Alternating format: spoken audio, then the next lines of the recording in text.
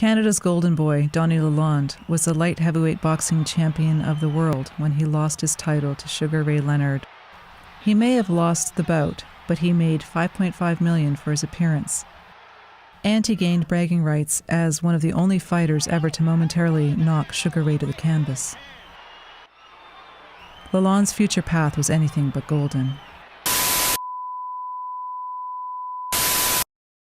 He declared bankruptcy in 2004 after failed land developments in British Columbia. I would like to preface this with one point. Sure. Am I not the very first Panama Papers subject to do a television interview that was related to this of what's it called, public interest? I think everybody else has said no comment. Yeah. Oh. I just want to make that clear. Okay. Also, I'm the one who's been hit in the head more than anybody for 27 years, so maybe that's why I'm here. I did land developments as a survival technique after I got out of bankruptcy. It was advised to me by, probably lawyers in Costa Rica, that in Panama, the most established, credible firm is Mossack Fonseca. They do the business for the Panama Canal.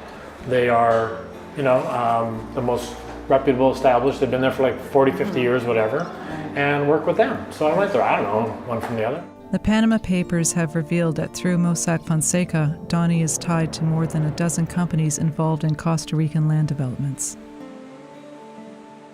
Why did you decide on Costa Rica? What spoke to you about that place? In 1991, my wife and I went there with a friend who was doing a windsurfing competition and a teak investment. So we went with him to check that out, decided against the teak investment. As from that point on, I tried to convince my wife to live in Costa Rica. I'm a hippie, I'm from the 70s. I always wanted to live in Costa Rica, Jimmy Buffett, that dream. Okay. Canadians wanting to retire in paradise. Irrational exuberance, I would say, is what it was at the time. Everybody was flooding to the Costa Rican market, get a piece of paradise, get a piece of the Gold Coast.